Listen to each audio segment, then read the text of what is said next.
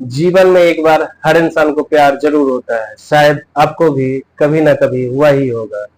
पर बात यह है कि उस प्यार का अंजाम क्या होता है। कुछ लोगों का प्यार अपनी मंजिल तक पहुंच जाता है, शादी के पवित्र बंधन में बंधकर पूरी जिंदगी एक साथ बिताते हैं। लेकिन कई बार प्यार किसी न किसी वजह से अधूरा रह जाता है और अपनी मंजिल तक नहीं पहुंच पाता है। ऐसे पागल प्रेमियों से यह दुनिया भरी पड़ी है। इंसान प्यार के लिए कुछ भी कर गुजरने को तैयार होते हैं। जिसे वह सच्चा प्यार करते हैं उसके लिए रुपया पैसा नहीं मायने रखता है, जान देने से भी पीछे नहीं हटते। लेकिन दोस्तों, जब उस प्यार की सच्चाई सामने आती है तो इंसान की आत्मा तक तरफ जाती है। ऐसी ही एक दिल दहला देने वाली कहानी है मैं आपके लिए लेकर आया हूँ। इसे सुनने के बाद आप भी सोचने पर मजबूर हो जाएंगे, क्या सच में प्यार इतना अंधा हो सकता है। दोस्तों, अगर आपको अच्छी लगी तो प्लीज वीडियो को लाइक कर दीजिएगा, चैनल को भी सब्सक्राइब कर लीजिएगा, जिससे मेरा हौसला बढ़ता रहे। मैं आपके लिए ऐसी ही नई नई कहानी ढूंढ कर लाता रहूं। नमस्कार दोस्तों, स्वागत है आपका आपके अपने यूट्यूब चैनल गुलशन कहानी पर। मैं हूं आपका दोस्त गुलशन सिंह, हाजिर हूं आपकी सेवा में एक नई कहानी के साथ। विनय प्रताप सिंह उम्र 60 साल की थी। वह क्लास 1 ऑफिसर थे और हिमाचल प्रदेश के मंडी के रहने वाले थे। लेकिन उनकी नौकरी उत्तर प्रदेश में थी। कुछ ही दिनों में उनकी रिटायरमेंट होने वाली थी। उनके परिवार में बस 2 ही लोग थे। उनकी पत्नी का देहांत 10 से 15 साल पहले हो चुका था और उनका बेटा अपनी पत्नी के साथ में मुंबई में रहा करता था। दोनों ही आईटी कंपनी में काम करते थे। विनय जी लखनऊ में रहते थे। रिटायर होने के बाद विनय मंडी हिमाचल प्रदेश वापस चले जाते हैं। कुछ दिनों के बाद बेटा और बहू उनसे मिलने आता है और उन्हें अपने साथ मुंबई चलने के लिए कहता है। बेटा कहता है कि पापा, अब आप अकेले क्या करेंगे, चलिए हमारे साथ मुंबई में रहिए। लेकिन विनय जी कहते हैं कि नहीं बेटा, यहाँ मेरा घर है, मेरे लोग हैं, मेरे सारे रिश्तेदार हैं, पुराने दोस्त हैं। अपनी आगे की जिंदगी यहीं बिताना चाहता हूँ। तुम मेरी चिंता मत करो, मैं अपना ख्याल रख लूंगा। लाख मनाने के बाद भी वह नहीं मानते हैं। बेटा और बहू वापस मुंबई लौट जाते हैं। विनय प्रताप सिंह अपने गांव में रहने लगते हैं। विनय प्रताप सिंह अपने रिटायरमेंट के बाद से अपना एक रूटीन बना लिया। सुबह उठना, मॉर्निंग वॉक पर जाना, पार्क और गार्डन में टहलना, जहां उन्हें कुछ पुराने दोस्त मिल जाते थे जिनसे बात करके उन्हें अच्छा लगता था। उसके बाद घर वापस आकर के थोड़ा बहुत काम करते थे। फिर एक नौकरानी रख लेते हैं जो उनके लिए खाना बना देती थी।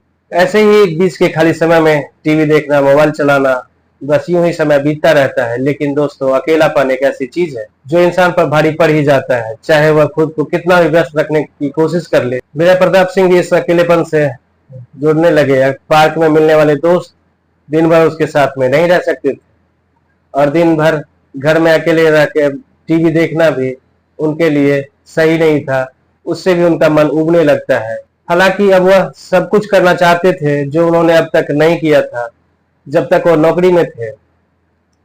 पत्नी के निधन के बाद उन्हें इतना समय नहीं मिला कि अकेलापन महसूस करते, लेकिन अब खाली पड़े पड़े धीरे धीरे महसूस करने लगे थे। अपने अकेलेपन से बचने के लिए उन्होंने एक स्मार्टफोन खरीदा। उसके बाद उन्होंने सोशल मीडिया पर अपना एक फेसबुक अकाउंट बनाया जहां उसके रिश्तेदार, उनके दोस्त फ्रेंड रिक्वेस्ट भेजते थे। धीरे धीरे वह अनजान लोगों की भी फ्रेंड रिक्वेस्ट भी एक्सेप्ट करने लगे। इस दौरान उनके पास एक लड़की की फ्रेंड रिक्वेस्ट आई। जब उन्होंने उसकी प्रोफाइल देखी तो वो लड़की इस समय कनाडा में रहती थी। लड़की की उम्र लगभग 19 साल की थी। देखने में बहुत ही ज्यादा खूबसूरत थे। कुछ सोच विचार करने के बाद विनय प्रताप सिंह ने उसकी फ्रेंड रिक्वेस्ट एक्सेप्ट कर ली। कुछ समय बाद लड़की ने चैटिंग शुरू कर दी। जब अपने देश का कोई विदेश में मिल जाए तो उसके साथ बात करना स्वाभाविक रूप से अच्छा लगता है। विनय प्रताप सिंह को भी उस लड़की से बात करना अच्छा लगता था। लड़की ने अपना नाम सोनिया बताया और कहा कि वह लड़की हिमाचल के कांगड़ा की रहने वाली है, लेकिन इस समय कनाडा में अपने अंकल के साथ में रह रही है। उसने बताया कि उसकी मां का बचपन में ही देहांत हो गया था और उसके पिताजी 2 साल पहले गुजर गए थे। उसके बाद वहां कोई नहीं रहा, इसलिए उसके अंकल ने उसे कनाडा बुला लिया। विनय प्रताप सिंह ने भी सोनिया को अपने बारे में सब कुछ बता दिया। धीरे धीरे उनकी बातचीत बढ़ने लगी और रोजाना घंटों तक चैटिंग होने लगी। दोनों एक दूसरे के बिना एक दिन भी नहीं रह पाते थे। यह सिलसिला 15 से 20 दिनों तक लगातार चलता रहता है।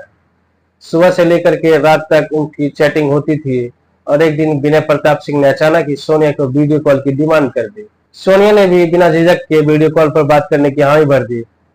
विनय प्रताप सिंह ने सोनिया को वीडियो कॉल पर देखा तो उससे देखते ही रह गए।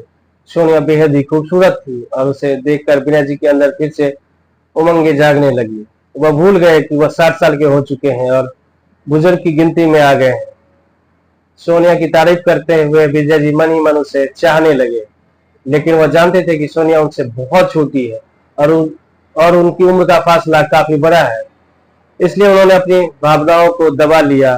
कुछ और दिन बीत जाते हैं कि एक दिन सोनिया ने विनय प्रताप सिंह को बताया कि उसे एक जरूरी काम के सिलसिले में इंडिया आना है। विनय प्रताप सिंह की खुशी का ठिकाना नहीं रहा।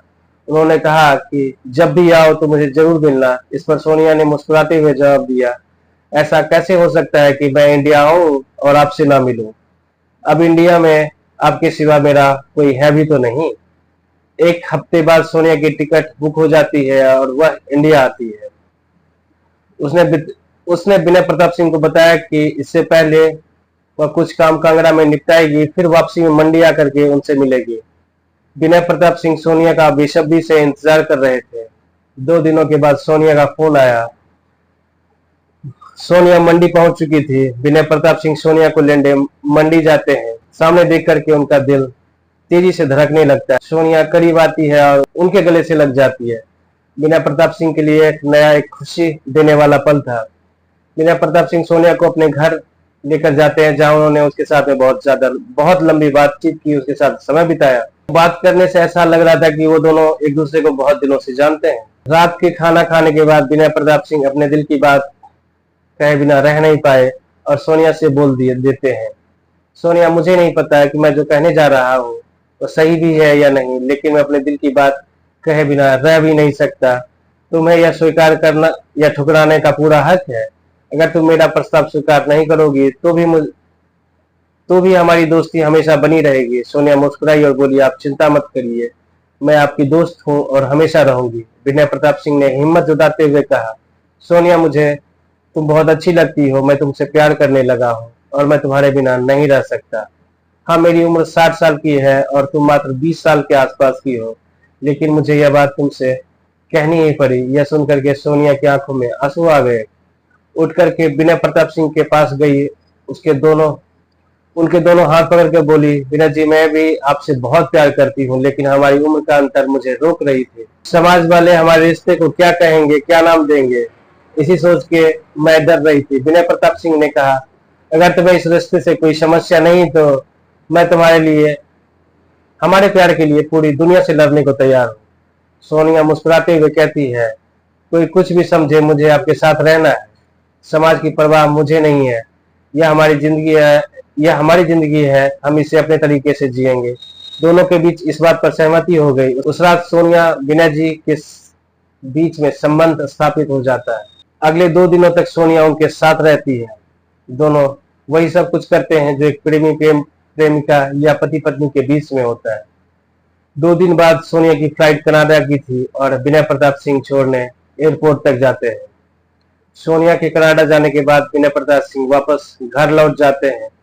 15 से 20 दिनों तक विनय प्रताप सिंह और सोनिया की फोन पर बातचीत होती रहती है। उसके बाद मैसेज कॉल सब बंद हो गया। विनय प्रताप किसी भी तरह से सोनिया से संपर्क नहीं कर पा रहे थे। 10 से 15 दिन बीत जाते हैं। विनय प्रताप बहुत परेशान हो गए। उन्हें समझ नहीं आ रहा था कि सोनिया तक कैसे पहुंचा जाए।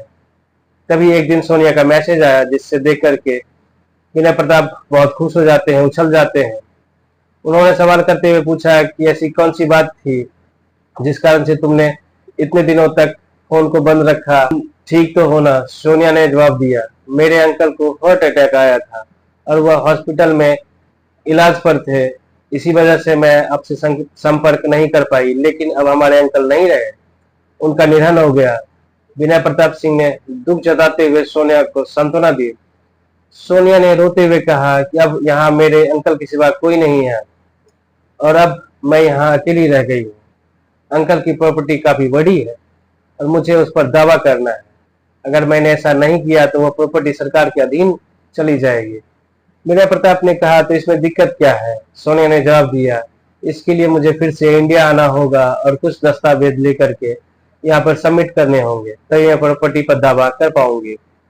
विनय प्रताप ने सहमति जताई, मैं तुम्हारे साथ रहूंगा और हर तरह से मदद करूंगा। जो भी दस्तावेज चाहिए होंगे मैं तुम्हारे साथ जाकर के लाऊंगा। अगले हफ्ते सोनिया के आने का दिन तय हो जाता है। विनय प्रताप सिंह दिल्ली एयरपोर्ट पर उसे लेने पहुंच जाते हैं। फ्लाइट आने के बाद आधे घंटे तक फिर 1 घंटे बीत गए, लेकिन सोनिया बाहर नहीं आई। परेशान होकर के विनय प्रताप सिंह एयरपोर्ट से बाहर निकले और पास के एक होटल में जाकर के रुक जाते हैं। कुछ समय के बाद उनके फोन पर एक अननोन नंबर से कॉल आती है। विनय प्रताप ने कॉल रिसीव किया और दूसरी तरफ से सोनिया की आवाज आई। सोनिया ने कहा, विनय जी, मैं एयरपोर्ट पर तो आ गई हूँ, कस्टम वालों ने मुझे रोक लिया है। मैं अपने साथ काफी सारा गोल्ड लेकर आई थी, अपने अंकल का सारा गोल्ड लेकर के आई थी, क्योंकि घर पर कोई नहीं था। मुझे डर था कि कहीं चोरी ना हो जाए, इसलिए सारा गोल्ड लेकर के आ गए। लेकिन मुझे यह जानकारी नहीं थी कि हम कितनी मात्रा में गोल्ड ले जा सकते हैं। अब कस्टम वालों ने रोक लिया है। विनय प्रताप सिंह उसे दिलासा देते हुए कहते हैं, तुम घबराओ मत, मैं सब संभाल लूंगा, किसी अधिकारी से मेरी बात कराओ। सोनिया ने कस्टम अधिकारी से उनकी बात कराई। अधिकारी ने कहा कि उन्होंने लिमिट से ज्यादा गोल्ड लाया है और हम इसे रिलीज नहीं कर सकते हैं। विनय प्रताप ने पूछा, फाइन कितना लगेगा? हम फाइन भरने के लिए तैयार हैं, आप इन्हें और इनके गोल्ड छोड़ दीजिए। अधिकारी ने कहा कि आप 10 मिनट बाद फोन कीजिए, मैं आपको जानकारी देता हूँ। 10 मिनट बाद विनय प्रताप सिंह की बात हुई तो अधिकारी ने कहा कि इस पर 65 लाख की ड्यूटी बनती है। ड्यूटी भरने के बाद ही हम उन्हें गोल्ड रिलीज कर पाएंगे। विनय प्रताप ने सोनिया से कहा, तुम चिंता मत करो, मैं आधे घंटे में 65 लाख रुपए ट्रांसफर कर देता हूँ। आधे घंटे के अंदर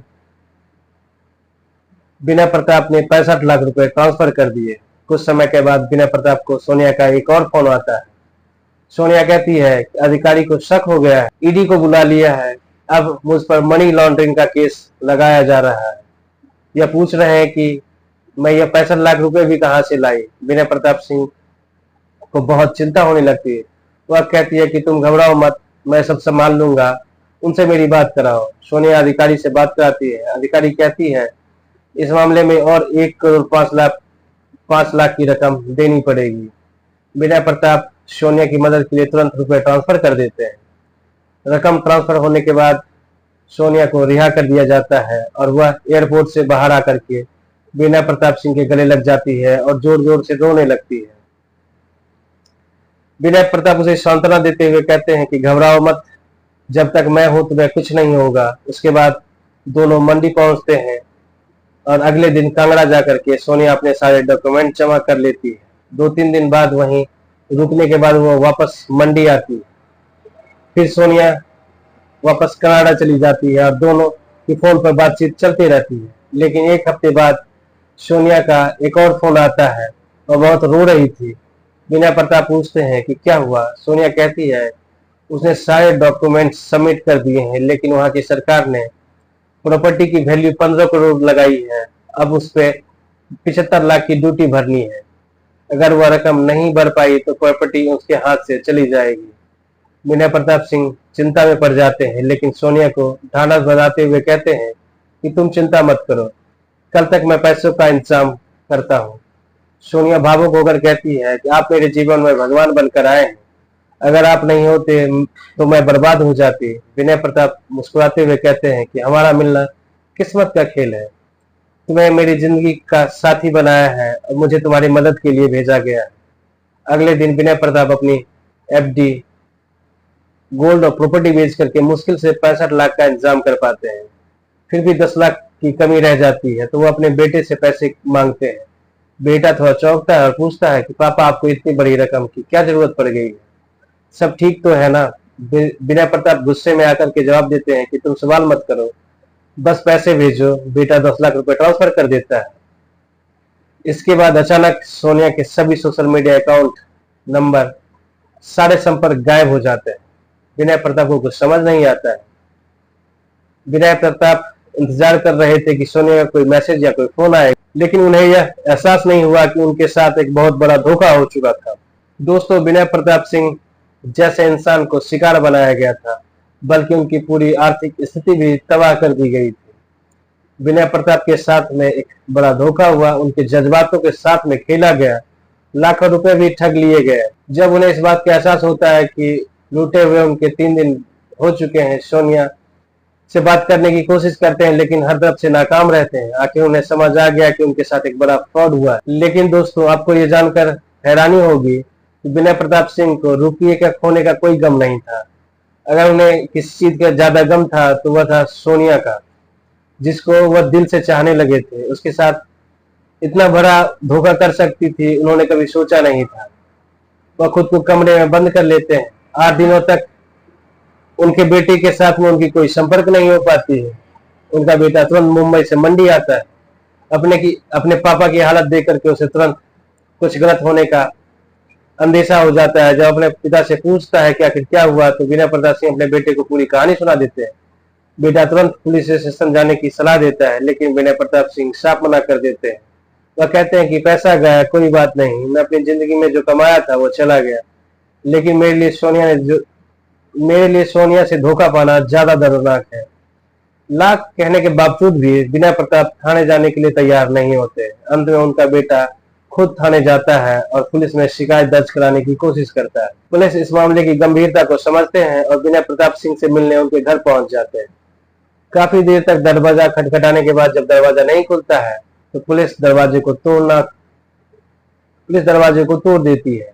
जब वह अंदर जाते हैं तो विनय प्रताप सिंह फांसी लगा रखते थे। वह अपने जीवन की लीला समाप्त कर चुके थे। कमरे में एक सुसाइड नोट लिखा था, जिसमें अपनी मौत का जिम्मेदार वह खुद को मानते थे। उन्होंने लिखा था, अगर मेरा बेटा FIR करता है और सोनिया पकड़ी भी जाती है तो मेरी प्रशासन से गुजारिश है कि उस पर कोई कार्रवाई ना की जाए, क्योंकि मैं उससे बहुत प्यार करता था और अब भी करता हूँ। सुसाइड नोट पढ़कर सभी की आंखों में आंसू आ जाते हैं। विनय प्रताप सिंह के बेटे के साथ साथ वहां मौजूद हर कोई रोने को मजबूर हो गया था।